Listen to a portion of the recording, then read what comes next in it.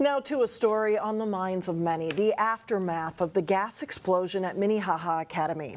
In Robbinsdale, longtime North Memorial chaplain Greg Bodin has a long history with the school.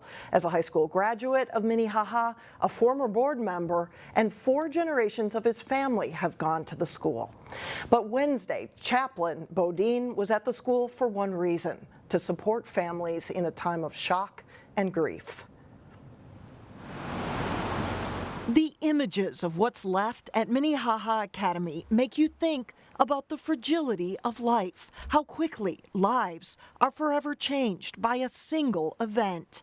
Wednesday, an explosion, 2 lives taken.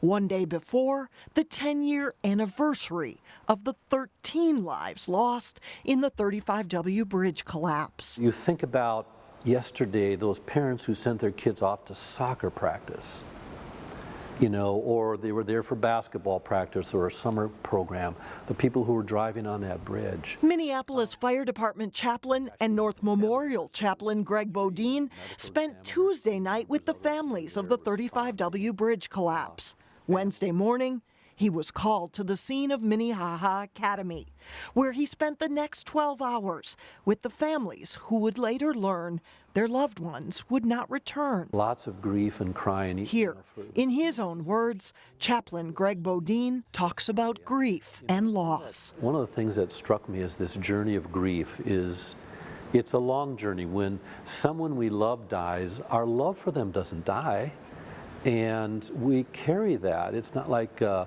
cold that you just get over that grief. You carry it, and it changes, and there's healing and things that happen. But yesterday was the beginning of a grief journey for the 2 families who lost their loved one yesterday. But the day before, people who had been walking that journey for 10 years. In the aftermath of the explosion and the anniversary of the bridge collapse, there is a takeaway for all of us. I also would say a profound message that I thought about on Tuesday and I rethought about yesterday is that every day is a gift.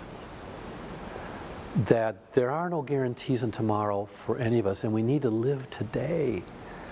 For tomorrow is not yet ours.